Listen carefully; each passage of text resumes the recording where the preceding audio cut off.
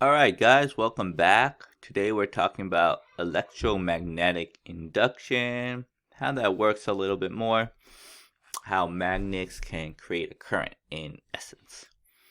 Alright, it was discovered that a current could generate a magnetic field. We had, there was that experiment where we had a current going through and then it changed the magnetic field around it. However, then it was discovered that a magnetic field can generate a current.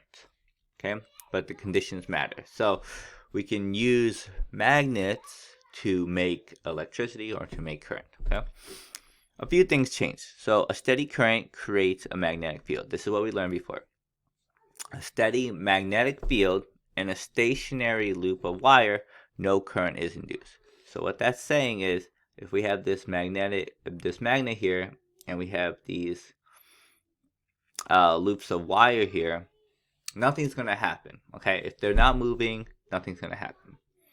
Okay, but if we have a moving loop and a constant magnetic field, a current is generated. So what that's saying is this magnet is staying still right here, but this wire over here is moving back and forth. If it's moving within this magnetic field, it is creating a current. Okay, and then same thing, a changing magnetic field plus a stationary loop, a current is generated. So what this is saying is, let's say this loop here is not moving. So this loop is not moving, but this magnet here is moving back and forth like this. If it is moving, this will now create a current. Okay, changing loop area and plus constant magnetic field. So if this is again changing, maybe getting bigger and smaller or something like that, a current is generated. Current rises from motion or change in magnetic field. Alright, so that's the basic concept. Here's a good demo, and let's do some examples of this. As a bar magnet moves toward a circular conducting wire loop, what happens to the current in the loop? A, current flows through the loop. B, no current flows through the loop. C, it's impossible to know. Pause it and take a guess. I'm going to go here. We should have just learned about this. This is a current flows through the loop. Because this magnetic field is moving, now a current is going to be induced. As long as the current is going to be in the perpendicular direction of the magnetic field, which is here.